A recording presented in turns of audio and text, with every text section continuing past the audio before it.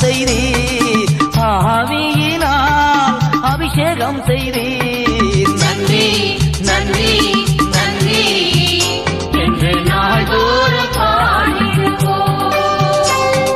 நன்றி நன்றி நன்றி என்று நாள்தோறும் பாடிடுவோம்.